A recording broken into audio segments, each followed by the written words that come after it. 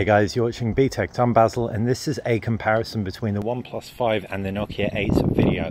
The OnePlus 5 has electrical image stabilization versus the optical image stabilization on the Nokia 8. However, it has an optical zoom versus a digital zoom. How will they stack up? I'm going to start off by getting close, testing out the autofocus, and the OnePlus 5 looks a little bit quicker. Let's get right up close again.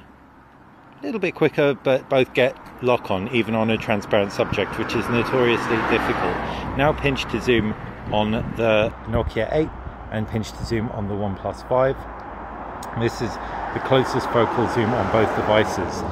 Despite having the optical zoom at play, the OnePlus 5, at least on screen, doesn't look as good because my handshake is coming through thick and fast. Can pinch out on both devices, get the widest angle again, and we can test out exposure shifting, pointing at the sky, and then pointing at the ground, then pointing at the sky, and then the ground. This is a front camera sample shot on the Nokia 8 and the OnePlus 5.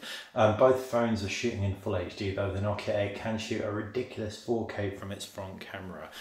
Even though the front camera on the OnePlus 5 has a higher resolution, I believe. I'm going to drop some lights to see how they both cope in low light.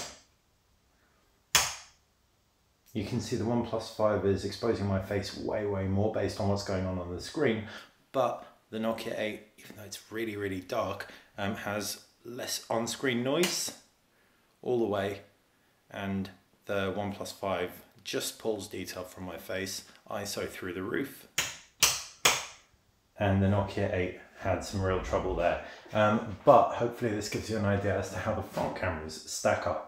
And now onto pictures, and you can see that the OnePlus 5 is relatively cool compared to the warm Nokia 8. Both have a decent amount of detail at the focal point, but when the lights drop and we flick the flash on, the OnePlus 5 wins out with the detail. Despite not having optical image stabilization, it doesn't need to keep the lens open when the flash is on. Flash off though, I was surprised to see that the Nokia 8 actually lost out when it comes to detail. It produced a much softer, more mottled shot. Now moving on to a high contrast scenario, and you can see that the OnePlus 5 produces really nice contrast levels, pulls detail out of the foreground object, in this case the cat, while the background, the sheets, make it look really nice and stark.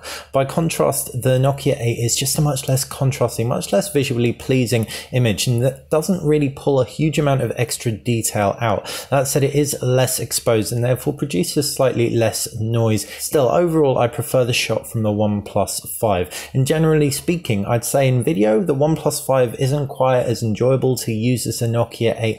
In photos, broadly speaking, the OnePlus 5 wins out.